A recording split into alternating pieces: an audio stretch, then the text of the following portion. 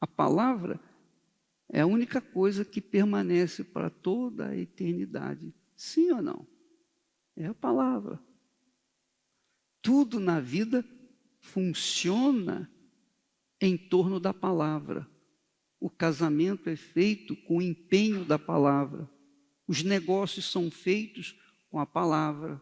Não é verdade? As compras, as vendas, tudo que nós fazemos no mundo envolve a palavra. Agora você imagine o poder da palavra de Deus. O poder da palavra de Deus. Olha só, Jesus diz assim, ele disse, vós orareis assim, Pai nosso que estás nos céus, santificado seja o teu nome. Olha só que beleza. Pai nosso que estás nos céus, santificado seja o teu nome. A oração que Jesus ensina, o próprio Deus ensina um modelo de oração que lhe agrada. Amém? Não é uma oração, não é uma reza, não é uma prece. É uma oração, é um clamor, é uma súplica. É uma fala que sai do sentimento humano para o sentimento divino, da alma humana para o Espírito de Deus. Então ele diz, Pai nosso que estás nos céus. Primeiro identifica, ele se identifica, o que ora se identifica como filho. Porque só o filho tem o direito de dizer Pai nosso. É ou não é? Só o filho. Pai nosso. E onde está esse Pai? Esse Pai está nos céus. Não é o Pai humano, mas é o Pai celestial. Refere-se ao Pai celestial. Mas o que faz nos abrir o entendimento é essa palavra. Primeira coisa que na oração se faz. Primeira coisa, santificado seja o teu nome. O que significa santificado? O que significa santificar? O que significa a palavra santo? Santa. Separado. Santo quer dizer separado. Santo não é porque tem uma auréola em cima da cabeça, não. Santo não é uma pessoa que é perfeita, não. Santo é a pessoa que é separada de outras pessoas que, obviamente, não têm o Pai Nosso como seu Pai. São estranhos. São estrangeiros, digamos assim, à família de Deus. Então, santificado quer dizer separado. Mas ela remete para algo maior. Quando nós lemos essa palavra santificado, Deus está querendo e desejando e almejando aquilo que é mais importante para Ele. O que é mais importante para Deus? O que é mais importante? Por exemplo, nós somos pais. Para você, mãe, o que é mais importante para você? O que é mais importante na sua vida, pai, diante dos seus filhos? O que é mais importante? Quando você tem um filho, quando você gera uma criança, você dá o carinho, o amor, você dá tudo para essa criança. E o que você espera dessa criança quando ela se torna adulta? Respeito. Amém? honra. Amém? Sim ou não? Os pais esperam dos seus filhos a honra, o respeito, o temor. Pelo menos isso era antigamente. Antigamente era assim. Quando eu me lembro do meu pai, quando ele me chamava, a gente ia tremendo diante dele. O que eu fiz de errado? Tremendo, tremia. Se eu não tomasse bênção, pai, ele me dava uma bofetada na cara. Era assim. Então eu tomava bênção, meu pai, a minha mãe, os meus tios, enfim, quem era? Eu pedia a bênção em respeito, em consideração, em temor que havia.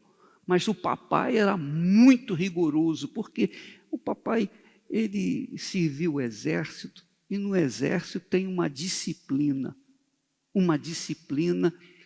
quase que impecável, é ou não é? O papai aprendeu essa disciplina e ele passava essa disciplina para os seus filhos. Então, ele exigia o respeito, a honra, o temor. Ele exigia isso.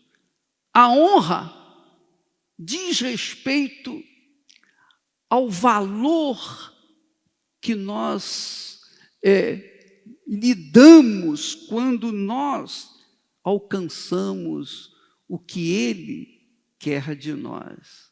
Sim ou não? Então você tem um filho, seu filho, sua filha, vai bem no colégio, na faculdade, se torna uma pessoa importante, bem-quista, uma pessoa considerada pela sociedade. Então, você que é pai, recebe indiretamente a honra do seu filho, da sua filha. É ou não é? Quer você queira ou não, mas você se sente assim um tanto orgulhoso no bom sentido, não orgulhoso no mal, mas você se sente recompensado, é ou não é? Você se sente honrado. Por que santificado, quando Jesus fala santificado seja o teu nome, por que ele fala assim? Porque ele quer, ele deseja, o que nós sabemos que Deus quer, é que todos os seres humanos venham honrar a Deus, venham santificar, venham ser santificados pelo próprio Deus, quer dizer, separados pelo próprio Deus, santificados pelo próprio Deus, e serem a própria honra do próprio Deus. Porque não existe nada mais abominável, nada mais cruel, nada mais sujo, que Deus mais condene, mais abomine, do que a coisa chamada pecado. Porque Ele é santo, Ele é puro, Ele é puríssimo, Ele é santíssimo, Ele é justíssimo. Então Ele odeia a injustiça, Ele odeia o pecado. Então, quando o ser humano gerou no pecado, quando houve o pecado de Adão e Eva, a humanidade cresceu no pecado, cresceu transgredindo a palavra de Deus, cresceu desonrando a Deus. Não há maior desonra para um pai do que ver seu filho preso, sua filha presa. É ou não é? A mesma coisa é Deus. Não há nada que mais desonre a Deus do que ver a sua criatura humana presa nas garras de Satanás. Presa por causa dos seus pecados.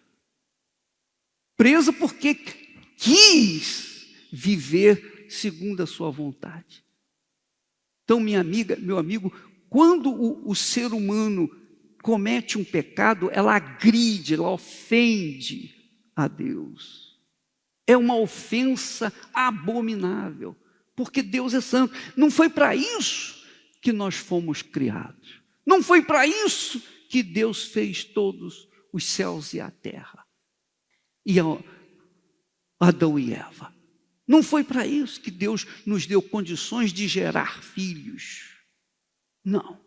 Ele nos deu condições de gerarmos filhos para que Ele, Deus, fosse honrado por nós. E quando nós vivenciamos uma dor, uma tortura de ver um filho, uma filha desviado dos ensinamentos que nós damos, quando os pais veem os seus filhos trilhando por um caminho completamente contrário àquilo que ele deu para os seus filhos, o pai se sente infeliz. Então não há dinheiro, não há ouro, não há sucesso que ele, o pai, tenha que vá fazê-lo feliz. A maior infelicidade dele é ver o seu filho perdido nas drogas, ou perdido na bebida, e etc, no pecado, etc. Não é verdade?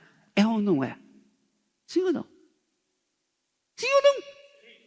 Você que tem filho, ou que não tem filho, mas conhece gente que tem filho, você sabe quem é pai, quem é mãe, e vê um filho, uma filha perdido nesse mundo, não há dor maior.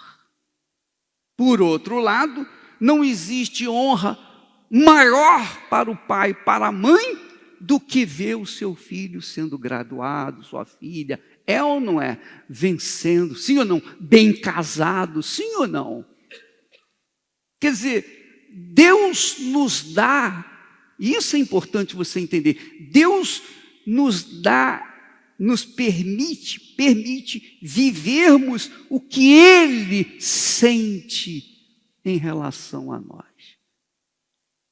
Ele permite que nós venhamos ver, sentir, medir o que Ele sente por nós. Porque quando a gente vê um filho sofrendo, que dor que dá.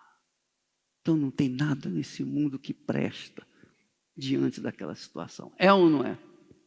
Deus sofre até hoje.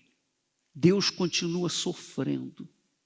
Deus continua sofrendo. A Bíblia fala que Deus sofre. Ele sofre mais do que todos nós juntos. Porque Ele sabe o que está acontecendo no inferno nesse exato momento. Pessoas que estão gritando, urrando de dor, gemendo, almas que não têm mais solução, não têm solução, não têm volta, estão lá gritando e Ele não pode fazer nada. Porque foi o que eles escolheram quando estavam aqui neste mundo. Então não há nada que desonre mais a Deus do que o pecado. Tanto é que Jesus veio ao mundo, o Filho do Deus Altíssimo veio ao mundo, deu a sua vida para nos resgatar do pecado, para salvar-nos do pecado. Mas nós, por desejo próprio, quisemos viver no pecado. O que Ele pode fazer? Ele morreu por você, mas você não aceita, você não quer, você não dá a mínima, então a morte dele para você não vale nada, não serve para nada. Que na realidade isso diz respeito à humanidade no seu geral, na sua quase totalidade. A maioria das pessoas, não importa a religião que tenham, a maioria das pessoas ofende a Deus com seus pecados. Vive no pecado, tem prazer do pecado. E assim como nós, pais, vemos os nossos filhos sofrendo ou vivendo no inferno desse mundo, e nós sofremos, Deus diz para mim, vocês estão sofrendo, vocês estão vendo o que eu estou sentindo em relação à humanidade. Então, quando Jesus chamou os discípulos e disse, ide por todo o mundo e pregai o evangelho a toda toda criatura. O Evangelho é a palavra de Deus. Só a palavra de Deus pode consertar a vida das pessoas. Através da palavra de Deus, as pessoas tomam conhecimento que Jesus morreu por elas, elas então aceitam Jesus, elas se arrependem dos seus pecados e começam a viver uma vida de honras a Deus. Então, Deus é honrado.